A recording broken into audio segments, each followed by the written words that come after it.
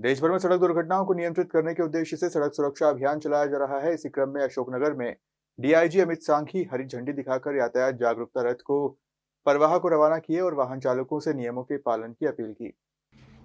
यातायात पुलिस अशोकनगर द्वारा सड़क सुरक्षा जन जागृति अभियान के तहत एक विशेष वाहन को कलेक्ट्रेट कार्यालय से डीआईजी अमित सांघी और एसपी विनीत जैन ने हरी झंडी दिखाकर रवाना किया।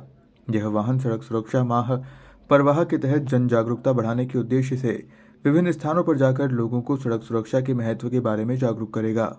यातायात पुलिस ने जनता से अपील की है कि यदि कोई व्यक्ति सड़क दुर्घटना में गंभीर रूप से घायल व्यक्ति को गोल्डन आवर के भीतर अस्पताल या ट्रॉमा सेंटर पहुंचाता है तो उसे 5,000 रुपये नगद पुरस्कार और प्रशस्ति पत्र देकर सम्मानित किया जाएगा। बताइए। शासन के निर्देशानुसार प्रतिवर्ष यातायात सप्ताह हर जिले में चलाया जाता है और उसी तारतम्य में यहाँ अशोकनगर में भी जो सड़क सुरक्षा सप्ताह है, बल्कि इसको माह बोलना पड़ेगा, सड़क सुरक्षा माह चलाया जा रहा है और उसी के तहत एक आज जागरूकता वाहन यहाँ से रवाना किया गया है और लोगों को ये जाके जो कस्बे के प्रमुख स्थान है वहाँ पे जागरूक करेगा।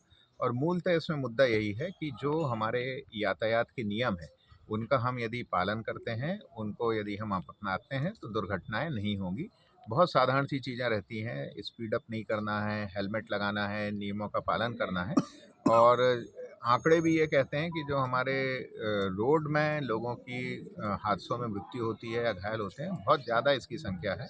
और नियम यह है कि कोशिश हमें करनी चाहिए हर साल इसमें 10% की गिरावट आए और उसी के लिए सारी कार्रवाई की जा रही है। और इसमें स्कूलों में और कॉलेजेस में भी एसपी साहब बता रहे थे जागरूकता कार्यक्रम और प्रतियोगिताएं वगैरह आयोजित की जाएंगी। और मुझे उम्मीद है कि जो अशोकनगर में पुलिस में एसपी साहब के निर्देशन में ये सड़क सुरक्षा सप्ताह बहुत अच्छी तरह से संपादित होगा और दुर्घटनाओं में कमी। सर, अमूमन ये देखा जाता है कि लोग पुलिस की कार्रवाई से बचने के लिए कोई दुर्घटना अगर हो जाती है तो घायल को लेके नहीं जाते हैं हॉस्पिटल तक।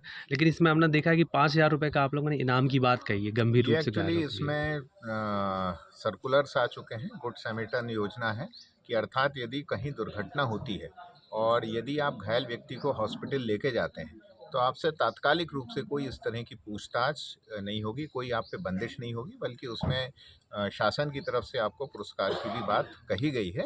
और ये सिर्फ इसलिए है कि कई बार दुर्घटनाएं होती हैं, सड़क पे व्यक्ति पड़ा रहता है और एक सामान्य व्यक्ति ये सोच के कि यदि मैं इसको अस्पताल लेके जाऊंगा तो मैं कानूनी पेचीदगियों में फंसूंगा, इसलिए लोग अवॉइड करते हैं। ऐसा बिल्कुल भी नहीं है। और मैं इस आपके जितने भी यहाँ चैनल्स हैं, लोगों से अनुरोध करना चाहूँगा कि यदि कोई दुर्घटना में घायल व्यक्ति आपको सड़क पे दिखता है या कोई दुर्घटना होती है, आप निश्चित तौर पे उसकी मदद करिए।